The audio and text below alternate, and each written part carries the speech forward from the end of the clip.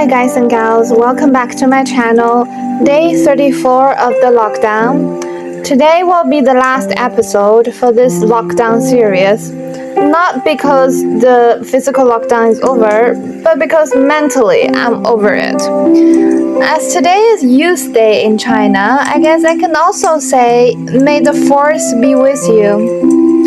I saw Mo Yan's letter to the young people on Bilibili and thought it would be nice to share my feelings about it, which will also help end the series with a proper closure. The title of the letter is Don't Let the Strong Wind Bring You to Your Knees.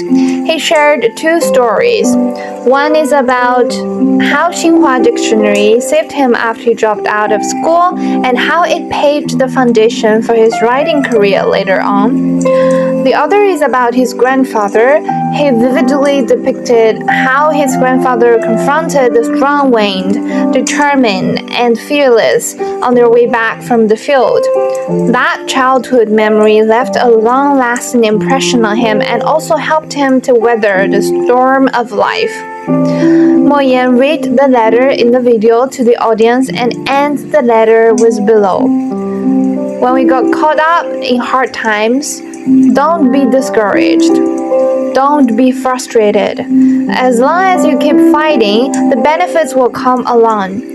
Hope always arises in frustration and even in desperation, calling us to recharge and march on.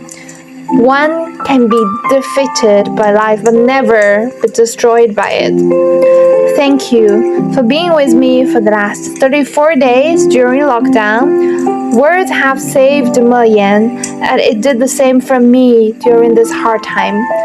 This will not be an end, but a beginning for something wonderful along the way. That's all for today. Again, stay negative and positive. This is Jay-Z. Until next time, take care.